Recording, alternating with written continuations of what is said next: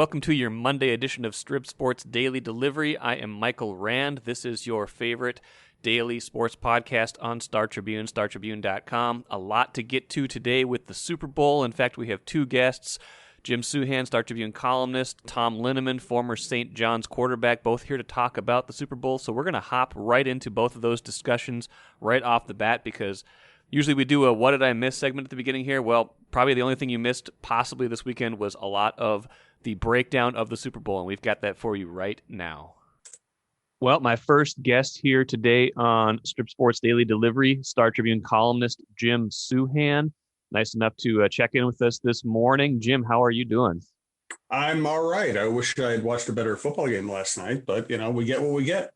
I think a lot of us do. I think, I was 180 degrees wrong on this game. I thought Kansas City was going to win, and I thought it might be comfortable. But, boy, Tampa Bay played almost the perfect game. Yeah, I picked the Chiefs just because I have so much faith in Mahomes to find a way. But so many things went wrong for them. The offensive line was much worse than I expected. I expected it to be not very good, but I expected it to be manageable. But it was really bad. The Bucs played really well. The Bucs learned a lot from their previous game. Played over the top and forced. I thought really the best analysis of the game I saw late last night was from Steve Young. He was saying that the Chiefs want to hit the home run, and they have hit the home run, and they hit the home run frequently the last time they played against the Bucs, and they're just so used to doing that. No matter how badly things are going, they're going to come to a 50-yard play or a long touchdown that's going to change the game. And Steve Young said, what was there for them were screen passes, the run pass option, running the ball. And he said if they would have been willing to put together 10 and 12 play drives and then convert those into touchdowns, they could have won that game, but they really didn't want to do that. They wanted to make the big play, and the Bucs were not going to let that happen. Yeah, and once things started going poorly and you can't do the thing you're used to doing, you start to panic, and then the offensive line, you're right, it's been held together by string, with the tackles both being out, but our old friend Mike Remmers looked pretty helpless in a lot of those cases. And it was just, it does underscore that it's hard to win without having that line in place, or at least a functional offensive line. Well, and that's the interesting thing about offensive line plays. The Hall of Fame is filled with offensive linemen who never won a Super Bowl. Having a great offensive lineman doesn't necessarily guarantee you anything, but you just can't have bad offensive linemen. You need to have solid offensive linemen who play well together. Maybe have one outstanding guy who you can just say, okay, you're just going to take your guy and we're not going to have to double on you. We're not going to have to help you out at all. But you look at the Patriots offensive lines. They always had good offensive lines. They didn't have anybody going to the Hall of Fame. Yeah. But you just can't have bad players. You can't, and they had really bad players. And the other thing is, I really think I think their confidence in Mahomes and just kind of inventing things led them to not go with max protection, not keeping extra people in. And so what they had was, the Bucs were committing 4 defensive backs to Kelsey and Hill. Yep. That means that the other 3 offensive skill position players are going to be single covered, and the Chiefs are used to winning those battles. But one of those guys is Mecole Hardman, who doesn't even look at the football when he's running routes. And another was, the running back, Edwards-Helaire, who they didn't really use in the passing game at all. So they really did not adapt well to what the Bucs were doing to them. Yeah, no, that's absolutely true. And for your Monday column in this morning's Star Tribune, StarTribune.com, you wrote mostly about the quarterbacks and how, it did feel going in like a legacy game in both directions. And if Mahomes could have won this game with Kansas City, got his back-to-back rings like Brady did 16, 17 years ago, nudged the battle closer to 6-2, then all of a sudden you're thinking, okay, Mahomes might catch him even as things get harder down the road. But now Brady has 7 Super Bowls, including just, jumping teams and winning one right away, which doesn't seem to happen very often. When you have these late quarterback switches that the guy gets a ring out of it. Does this, I agreed with a lot of what you wrote in particular. Like I've had a hard time kind of getting into the Tom Brady greatest of all time argument, because it does just kind of seem to me like there are better pure passers. There are quarterbacks I would rather have at any given moment, but it is hard to argue with what he has done, and especially what he did in this game. Yeah, I was a Staubach guy growing up and a Johnny Unitas guy growing up, and then it was hard to ignore Terry Bradshaw, even though he played on just superior teams. And I was a Montana guy for a while, and but Brady just wears you down. I mean, I really thought, however many years ago, that Peyton Manning was the better quarterback, and it doesn't matter because Brady just defeats every argument by continuing to win and continue to put up records. And the thing about Brady is he's won with basically defensive teams, right? Where he just had to manage the game. He's won breaking records. You give him Randy Moss, he has the greatest quarterback season of all time, although they didn't win the Super Bowl that year. He has done it at every age. He did it as a kind of a young guy who wasn't even that much of a passer. He developed into a great passer. Now he's doing it at a ridiculously advanced age when, as you said, and he's doing it changing teams. I mean, people just don't do these things. And, you look back and people like Montana and Terry Bradshaw, they played on dynasty teams at a time when you could keep your dynasty together. You weren't going to lose players in free agency. You could have the same people coming back every year to win it again. And they won 4. And here's Brady just winning it any way he wants, anytime he wants. It's just, you can't, there's no argument to be made against him, even though I would love to argue against him. Yeah, it's maybe it's the subtle plays. It's still got plenty of arm. He showed that last night, but he always, with the exception of a couple plays in that Green Bay game where I thought he just made some flat out bad decisions that he got away with. He seems to make the right play, and that's just last night was a perfect example. He ends up, they have the perfect game plan almost. He hits the checkdowns. He always seems to throw to the right receiver, and they just completely dismantle Kansas City. Even though it doesn't look like they're doing much, the passes are traveling 5 and 10 yards. That they don't have to go any further than that if you know exactly where the ball's going. And he played horribly against Green Bay, and that's one of the things that fooled me about this game is I kept on saying, okay, yeah, on paper, it looks like the Bucs have the better, deeper team, but they played horribly in Green Bay, and Green Bay just handed them the game. Do I really want to bet on that team? Yeah, no, that's true. It was a baffling game. So 31-9, by the time it was midway through the third quarter, end of third quarter, you're kind of thinking, okay, the magic's not going to happen. This is just going to be one of those kind of flat Super Bowls where there's a clear winner. Did the two teams that get there and did the game itself, if we kind of spin it towards, the local angle in Minnesota, did you learn anything about either of these teams or from this game that makes you think, man, the Vikings are further away, closer, anything like that to actually getting to this game and winning it? I don't think we learned anything new. I think we had some things reminded of us. Number one, yes, as you said, you got to have a functional offensive line. Even if you don't have great players. Number two, game planning and coaching matters in every big game, and it can change the tide. I really, I mentioned this in my column too.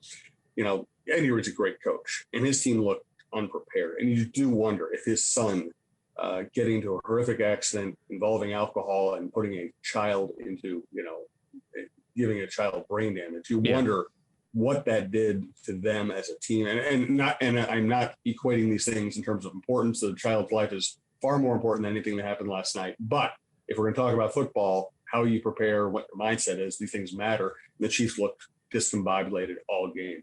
As far as quarterback, it almost tells you the Vikings had it kind of right in 2009. I mean, they get the great veteran quarterback. He joins a team that's ready to win, and they should have won the Super Bowl that year, and they missed it. And the Bucs did what the Vikings were trying to do in 2009. Yeah, and what you wrote about that, and I've mentioned this before too, is the weird thing you think about with the Vikings, and is that for as much as they've tried to find that franchise quarterback or get that stability in various ways, whether it's the draft, whether it's now signing Kirk Cousins a few years ago, their two very best seasons of the last 30 years came with the veteran at the end of the career, the Randall Cunningham and the Brett Favre. And that's not a sustainable model necessarily, but there is the potential for more quarterback movement than you necessarily think. And you wrote about that for Sunday. It would be great if the NFL just completely opened, if there was more of an opportunity for that. First of all, what do you think of this offseason? Do you think there will be as much movement as is kind of being speculated about, or is this more kind of February fun, chatter that's going on right now?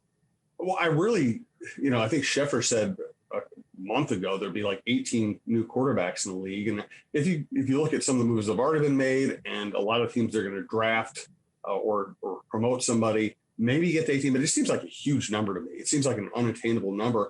But I didn't think Carson Wentz would get traded because of the ridiculous cap hit that he will incur, and the Eagles are going to trade him anyway. And I don't think that the Texans should trade Deshaun Watson. He's a great young quarterback on an affordable contract. It's malpractice to trade him, but he might force them to trade him. And if those guys are going to move, then it just means that every team is going to act so desperately that anything's possible. And with, of course, we're talking about the Vikings here. The Vikings are I think the exception. I think they are locked into Cousins for one more year. I think they're locked into the Spielman, Zimmer, Cousins, run this offense with Dalvin Cook,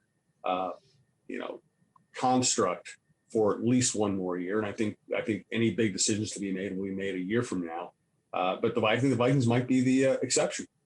Yeah, I think that's interesting because you had some on Cousins in that Sunday column too. I'm going to read just a sentence. Said it's possible that the Vikings might stick with Cousins even if they could trade him without being financially penalized, which is, true. If they trade him this year, it's a $20 million hit on this year's cap that's just dead because of the signing bonus and all that stuff.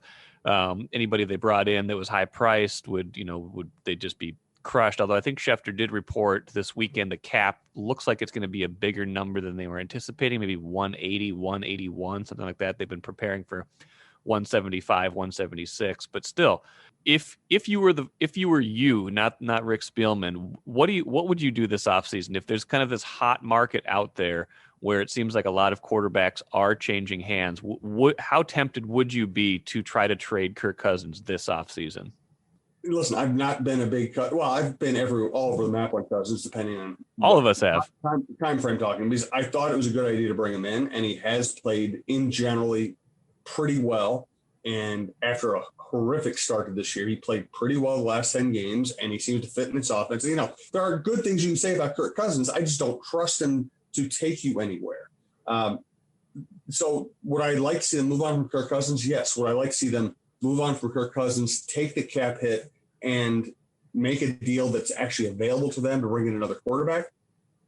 I just don't know what they can do. I really don't know what they can do without destroying their ability to field a good team or make whatever moves they need to make to shore up, their weaknesses. And I don't think it's the right time.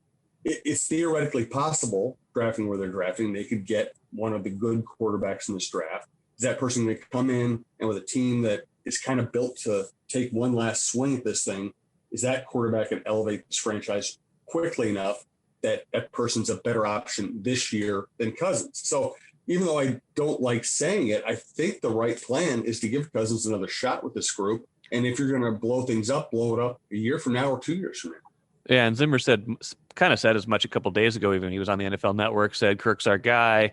We need to fix the defense. The offense wasn't the problem. And all those things are true. It's just it's such an interesting off season of potential movement. Once teams start thinking about being able to upgrade at quarterback or make a change at quarterback, then their mindset changes and they might think, wow, could we go get someone like that, or would we want someone like that? But I think the biggest hurdle in anything like that is Zimmer and Spielman. This is a win now year. They know that the leash is not all that long anymore, and that if things go poorly this year, then this could be the end for them. And so is that the time to change the quarterback? Probably not. If their internal evaluations and their best evaluators tell them that, hey, this quarterback who just fell to us in this draft could be the next Mahomes or could be the next Herbert, something like that, well, that's reason to change your plans. I don't think you can count on that at this moment. No, you can't. Nor can you count on Tom Brady losing in the Super Bowl, as we found out Sunday. I mean, that's the thing about Brady. Again, you can't argue with his greatness and his accomplishments. I just find it to be very robotic, very uninteresting. No. And very hard to cheer for. It's also, most of the people in our country are hurting one way or another right now. And here you got this guy who's made $500 million. His wife has made more money than him. And he got a PPE loan for one of his stupid, meaningless businesses. How do you cheer for this guy? Oh, it's hard. It's hard. You got to watch his greatness from a distance. Well, Jim, great stuff. I appreciate you joining the podcast today, and we'll catch up with you again down the road. Okay. Great. Thanks, Mike. Appreciate it. I'm Nyla Jean Myers, Senior Assistant Sports Editor at the Star Tribune. Thank you for listening to Strip Sports Daily Delivery. This work is made possible by our Star Tribune subscribers. For unlimited access to the articles mentioned in this podcast and our coverage of Minnesota sports from pros to preps, go to startribune.com/subscribe. Hit me with a hot one. So today's hot take comes from Matt Wells, Fasola Matt on Twitter. His hot take, this was before the Super Bowl. Kansas City made it this far with a makeshift offensive line, so we can't excuse the Vikings for not making it this far. And Trader Rick, obviously Rick Spielman, is therefore off the hook for the failure of this season. I wanted to use this, not to embarrass him, because I think the Super Bowl proved the opposite, right? That you can have a quarterback like Patrick Mahomes who can just make magic out of nothing, out of poor protection, out of a makeshift offensive line like Kansas City had towards the end of the season when a lot of their guys were hurt. But once you face a legitimate pass rush or a really good team that's going to get after you and disrupt you with their game plan, you need at least a functional offensive line. Like any quarterback needs at least that. You cannot succeed if you don't have at least a little bit of protection back there. So I guess what it shows is that the Vikings still have a long way to go on the offensive line, right? I still don't think they are all the way to functional. I think they've gotten better. I think they've taken swings at improving it. I don't think it's, I think Kirk Cousins is part of the problem when it comes to protection, because even though he was pressured a lot this year, I think his drop back pressure rate was among the highest in the NFL this year at like 38%. Even given all that, he doesn't do as much as he could to get the ball out quickly to help his offensive line. But you look at a guy like Tom Brady. Tom Brady was pressured on like 24% of his dropbacks this year. So it does matter. You give a good quarterback enough time, and he is going to make you pay. And you don't, the opposite happens. And you saw in the Super Bowl, Patrick Mahomes in his first 40 dropbacks was pressured 24 times. That's 60%. You cannot win that way. And I think the Vikings will not win consistently or at a Super Bowl contending level until they fix that offensive line. Super excited to be joined right now by Tom Linnemann for a segment I like to call Played the Game. Tom, former St. John's quarterback. I am not. Segment that's why when you say things, it's like, well, that's a nice little thought, or that's an adorable opinion. But like, yeah, it's fun. It's interesting. It's like, oh, that's a nice comment, Mike. I like when we can make a podcast segment out of an inside joke that we've had for like 12 years where you say you never played the game. Yeah, because it's an absurd thing to say to somebody. It is. Sure, people understand the irony. Right. No, but you did play the game, and you're here to help. I did, and you didn't. That's true. I mean, it's a fact, and it's a meme. You know what, though, Mike? You're blessed in other ways. Like, athletic prowess didn't come to you. Sure. I played baseball. I didn't play football. I didn't look at me. I did not play football. People can't see me right now. I did not play football. I played baseball. That is a game I played. That's none of my business. They can assume it. Yeah, that's none of my business. They can hear it. They can probably hear it. Anyway, Tom's here to help us break down one particular aspect of the Super Bowl. Wasn't a particularly close game in the end, but there was a time. It was a whooping. Like there was a time. It's it's late first half. Chiefs have just kicked a field goal. It's 14-6. Right? 14-6. So it's not the end of the world. They're getting outplayed, but it's still 14-6. Kansas City kicks off. Tampa Bay gets the ball. It's 1st and 10 at their own 29, 55 seconds left. 55 seconds, so less than a minute. So less than a minute. You're at decision time. Yeah. Less than a minute left. You have to say, okay, am I going to get some yards here, or am I going to capitulate, punt, going to halftime with a lead? Right. Kansas City's got 3 timeouts, so they're thinking, okay, they stop Tampa Bay, no gain. I think it's a Leonard Fournette. It's like the one time they stop him all night. 2nd and 10. They call timeout. So the Kansas City calls timeout right there. And the city calls timeout. And so what that says. Yeah. So you're quarterback. You're quarterback. You're quarterback in the game, and you're thinking, okay, we're up 14-6. You guys have barely stopped us. What does it say to you when someone isn't just going to let you coast into halftime? Well, I mean, to me, it's almost like I'm appreciative. Okay, go ahead and call a timeout. because I know I have a second down play, and I know I'm going to throw the ball. So on a certain scenario, you're doing me a favor. On another scenario, it is a kind of a dig, right, where you think you're going to get the ball back. But I think what that does is that's just that little extra layer of going for it, of making the throw to Godwin on the second down play that was one of two of the biggest plays of the game. Yeah, so they get 8 yards to Godwin. That's not a huge game, but it's enough to make it 3rd and 2. Kansas City calls another timeout. They're still absolutely convinced that 3rd and 2 is to their favor against Tom Brady. So now what's Tom Brady thinking? Well, now you rely on the person you have forever. And here you throw the ball to Gronk and you make a play. All of a sudden it becomes a bigger play, and now you're starting to touch midfield. So instead of now giving the ball back and having it same odds, you saved a bunch of time. Now you're in striking distance and maybe get a field goal before half, almost a free one. But those were the two biggest plays of the game. I felt like the game turned there, where everyone was waiting for Kansas City. But the second down throw to Godwin gets 8 yards. Now it's 3rd and 2. 3rd and 7 is very different than 3rd and 2. I think Absolutely. It was 3rd and 7. I think Tampa's happy to run it and go into halftime.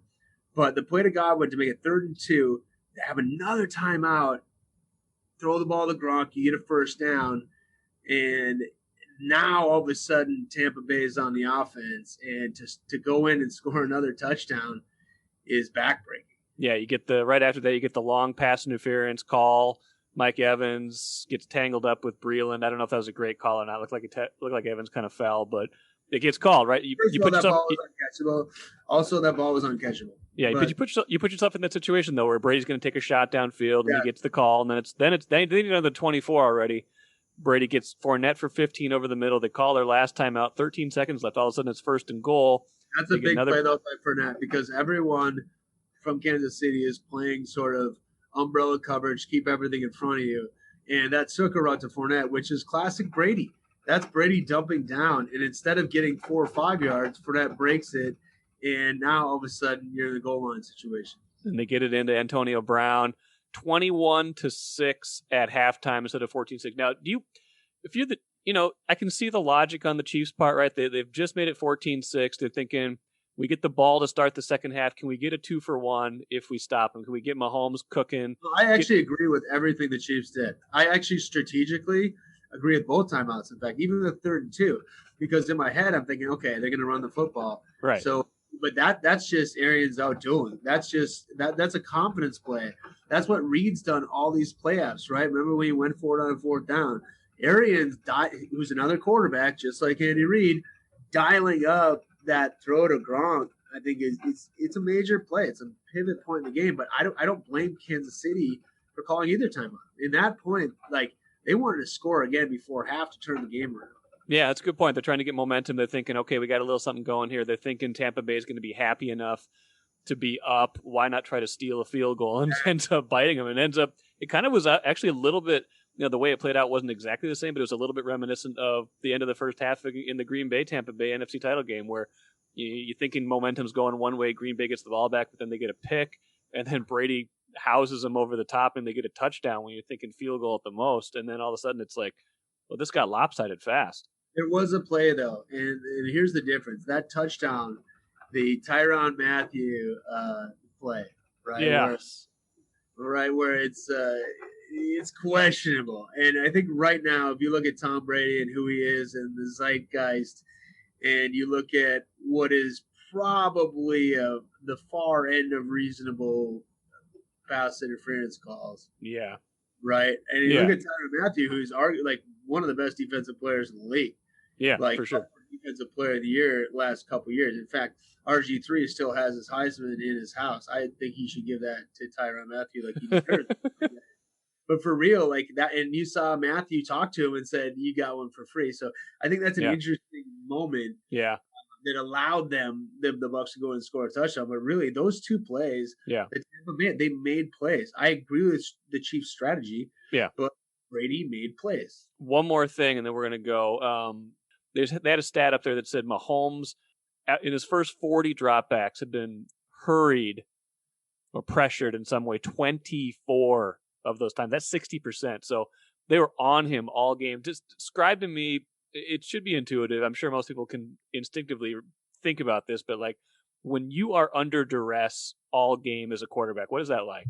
Well, I mean, what it does is it speeds up your clock. Like that's the issue is you're ready to flush the pocket immediately, and Mahomes was all night. Like that's really the story of the game is the Chiefs could not protect Mahomes, and the Bucks could run the football. The Bucks did a great job of sustaining drives, mixing in Fournette and Jones, but really the Chiefs couldn't protect. And when that happens as a quarterback, now all of a sudden you're running backwards and that the throws are that much longer. It takes that much longer to get downfield where you can have a safety close in.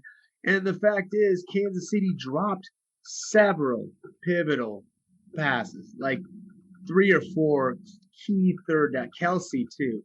You know what I mean? Like, and so Mahomes wasn't getting any help. He's running for his life. He made a couple plays that would have been all-time plays. You would have seen them. The one where he's like falling down on 4th down, that hits the dude in the helmet. Like that was amazing. The dude can't even help him out. Right in the helmet.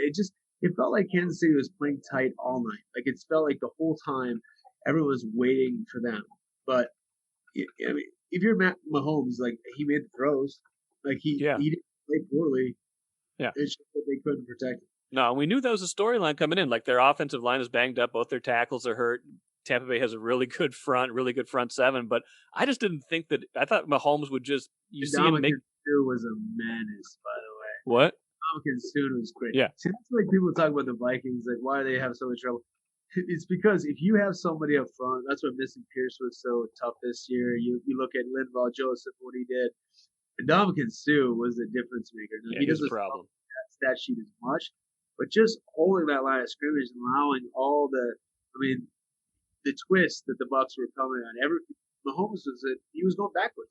He actually looked like Super Tecmo Bowl, where you just run backwards. He did. That's a good. Yeah. You run backwards and just throw it as far as you can. Like it felt like we were watching Super Tecmo Bowl, unfortunately. Yeah, and it was. Just, I don't know if it's as simple as the offensive line. If it's some of the pressure of trying to repeat, it's hard to. It's probably hard to win 2 in a row. Trying to mitigate it, honestly. Like that, people talk about adjustments. I love when people are like, "Oh, we make adjustments." What does that mean?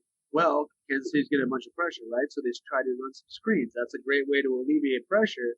If somebody's going to come after you, it's like, go ahead, come. And they had a couple drop screens, And so, like, the Chiefs didn't do themselves any favors. And frankly, the Bucks played the screens pretty well, too. Yeah. So, the Bucks. The adjustments you make is if you can't protect, then you have to find a way to, drop some draws or do some screens or something. But everything took so long to develop. Yeah. And also, once you have that, you just want to get rid of the ball a little bit sooner before guys are around looking for hot. And, what? All of a sudden, you're behind that 8 ball. But I really believe that touchdown at the end of the first half was a big mental barrier from being 14-6 to 21-6. A huge difference between that. 100%. That's why you played the game. Tom Linnemann, awesome stuff. Thanks for joining me today on the Daily Delivery Podcast. All guests on the Daily Delivery Podcast enjoy an invitation to join me for Taco Tuesday when all this pandemic nonsense is over. Yeah, but I still have to pay, don't I? No, you don't have to pay this time. I've never not paid. That's not true. It's maybe true.